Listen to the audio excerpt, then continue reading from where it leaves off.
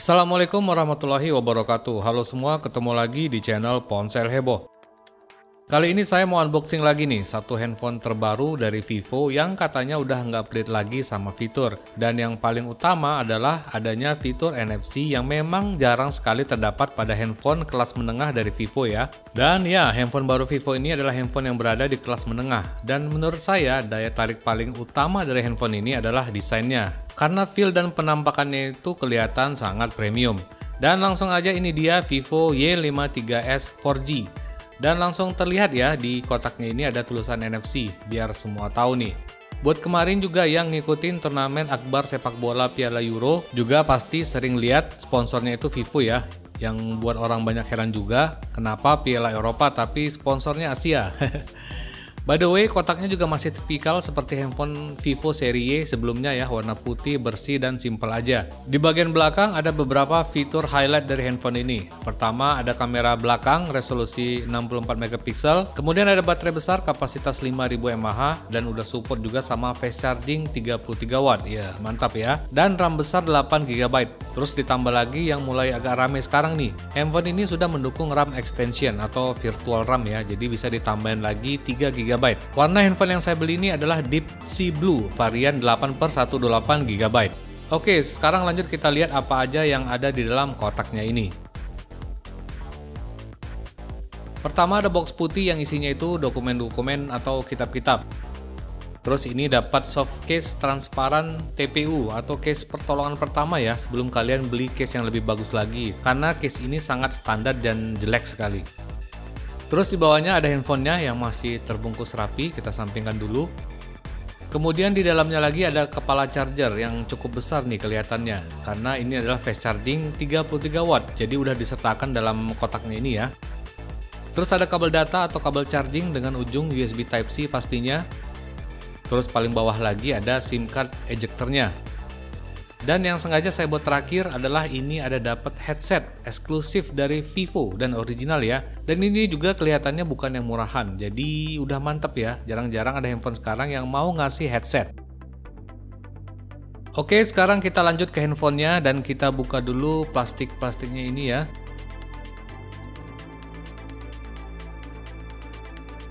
Yap, ini dia Vivo Y53s. Ukurannya itu masih standar handphone sekarang, jadi nggak terlalu besar atau kekecilan.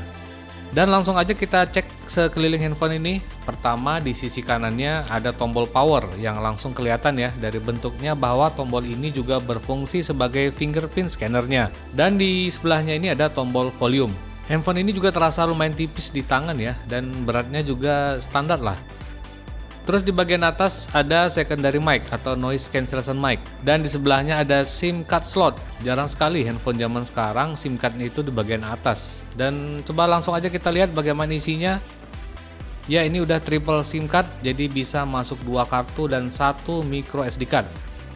Terus lanjut ke bagian sisi kirinya, nggak ada apa-apa, polos aja. Dan ini framenya ini katanya terbuat dari aluminium ya. Terus lanjut lagi ke bagian bawah. Di sini ada lubang headset 3,5 mm. Terus ini ada lubang mic, terus ada port USB Type-C-nya dan speaker grill. Oh ya, handphone ini belum stereo speaker ya, jadi sangat disayangkan untuk ukuran harganya. Kemudian lanjut ke bagian belakang. Nah, ini adalah salah satu daya tarik dari handphone ini, yaitu desain back covernya ini yang terlihat sangat premium sekali, baik feel-nya itu atau penampakannya. Udah mirip sama handphone kelas menengah atau ke atasnya dari Vivo ya. Terus finishingnya itu doff, tapi masih ada sedikit kesan glossy-nya ya, jadi masih agak rawan sama bekas sidik jari. Oh ya, Vivo juga mengklaim bagian back covernya ini dibuat menggunakan sistem 3D, jadi pantulannya itu terlihat lumayan menarik. Kemudian di pojok kiri atasnya ada triple cam 64 megapiksel, di bawahnya ada LED flash dan tulisan triple cam. Kameranya ini juga sedikit menonjol ya, walaupun nggak terlalu tinggi, jadi masih wajar lah. Oke, sekarang kita lanjut menyalakan handphone ini, sekalian saya setting-setting dulu sebentar.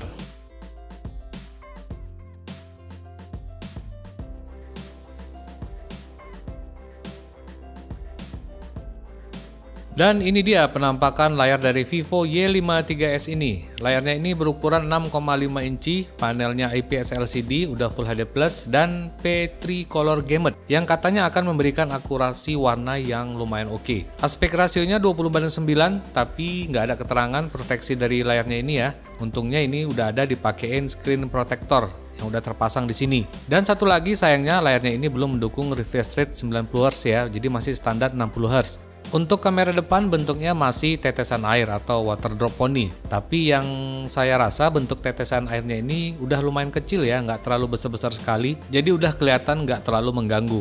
Bezel di sekelilingnya juga masih terlihat wajar, nggak terlalu tebal atau tipis, begitu juga sama dagunya yang masih terasa wajar untuk ukuran handphone di kelas harganya seperti ini. Oke, sekarang kita lanjut tentang teleponnya. Oke, UI-nya menggunakan Fine-Touch OS kepunyaan Vivo dan udah Android versi 11 ini. Dan storage-nya itu 128 GB.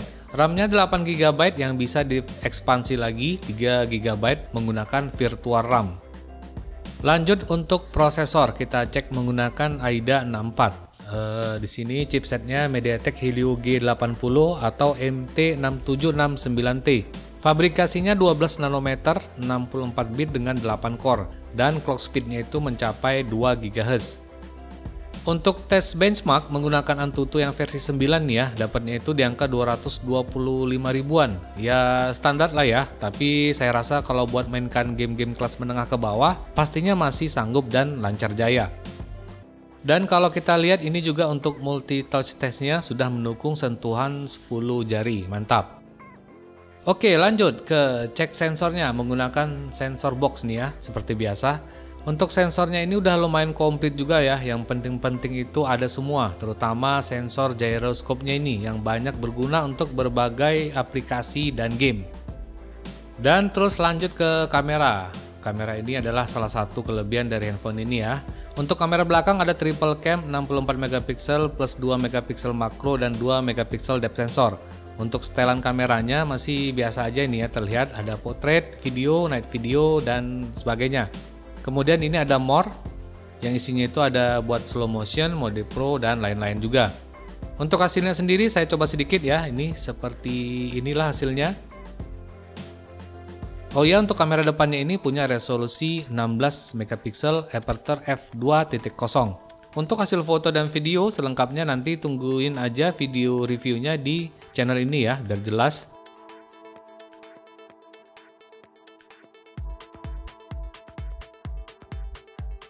Oke, buat terakhir saya akan coba tes kecepatan fingerprintnya nih. Seperti yang kalian lihat di sini ya, udah lumayan cepet juga untuk ukuran chipset Helio G80. Saya rasa ini udah oke sekali ya, apalagi pakai fingerprint di bagian samping. Jadi udah tombol fisik yang biasanya lebih akurat dan letaknya itu juga sangat natural ketika tangan kita menggenggam handphone.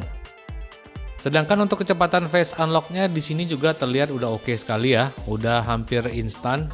Terus coba perhatikan di bagian atas ini dekat kamera depan ada animasinya ketika membuka pakai face unlock-nya. Ya, cukup keren. Oke semua, sekian dulu quick unboxing dan quick hands-on dari Vivo Y53s ini. Bila kalian tertarik mau beli handphone ini, link pembeliannya ada di kolom deskripsi ya. Jadi beli dari situ aja. Terus nantikan juga review lengkap dari handphone Vivo Y53s ini di channel ini. Jadi jangan lupa buat berlangganan dan aktifkan tanda loncengnya. Seperti biasa pesannya jauhi kredit ya sebisa mungkin. Pakai maskernya, cuci tangan kalau udah habis dari mana-mana. Dan jangan keluar rumah kalau nggak perlu. Ya kecuali ke masjid atau ke tempat beribadah lainnya. Karena di masa seperti ini, hal yang paling utama adalah mendoakan agar wabah ini cepat berlalu. Amin. Oke, Ponsel Heboh out. Assalamualaikum warahmatullahi wabarakatuh.